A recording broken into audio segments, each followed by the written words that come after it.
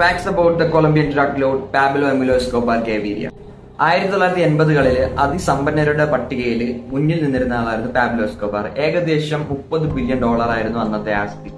ഏകദേശം 10,000-ഓളം ആൾക്കാരുടെ മരണത്തിന് ഉത്തരവാദിയാണ് ഈ പാബ്ലോ എസ്കോബാർ. പക്ഷേ ഇത്രയ്ക്ക് ക്രൂരനാണെങ്കിലും ഒരു നൊട്ടോറിയസ് ക്രിമിനൽ ആണെങ്കിലും കൊളംബിയയിലെ മെഡലില് പാവപ്പെട്ടവർക്ക് വേണ്ടി ഒരു സിറ്റി തന്നെ പാബ്ലോ ഉണ്ടാക്കിയിട്ടുണ്ട്. കൊളംബിയൻ പ്രസിഡന്റ് കാൻഡിഡേറ്റ് ആയിരുന്ന കെസാർ ഗവീരിയെ വധിക്കുന്നതിനായിട്ട് പാബ്ലോ ഒരു വിമാനത്തിൽ ബോംബ് വെച്ചിട്ടുണ്ടായിരുന്നു. പക്ഷെ ആ വിമാനത്തിൽ കെസാർ ഗവീരിയ ഉണ്ടായിരുന്നില്ല. പകരം ആ ബോംബ് ബ്ലാസ്റ്റിൽ കൊല്ലപ്പെട്ടത് 107 വരുന്ന സാധാരണ ജനങ്ങളായിരുന്നു. അന്ന് കൊളംബിയൻ ഗവൺമെന്റിന് ഏകദേശം $10 ബില്യൺ പൊതു കടം ഉണ്ടായിരുന്നു. ഈ കടം മുഴുവൻ വീട്ടിയത് പാബ്ലോ എസ്കോബാർ ആയിരുന്നു.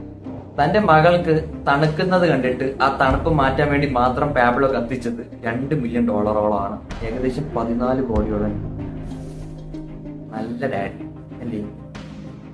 സാധാരണക്കാരന് പണം ഇല്ലാത്തതിന്റെ പ്രശ്നമായിരുന്നു. പക്ഷെ പാബ്ലോയ്ക്ക് നേരെ തിരിച്ചായിരുന്നു. അമിതമായിട്ട് പണം വന്നതിന് തുടർന്നിട്ട് അത് സൂക്ഷിക്കാനായിട്ടുള്ള സ്ഥലം പാബ്ലോയ്ക്ക് ഉണ്ടായിരുന്നില്ല. ഏകദേശം മാസം $2,500 റബ്ബർ ബാൻഡിന് മാത്രം, അതായത് ഈ പണം ഇട്ടുവെക്കുന്ന റബ്ബർ ബാൻഡിന് മാത്രം പാബ്ലോ സ്പെൻഡ് ചെയ്തിരുന്നത്.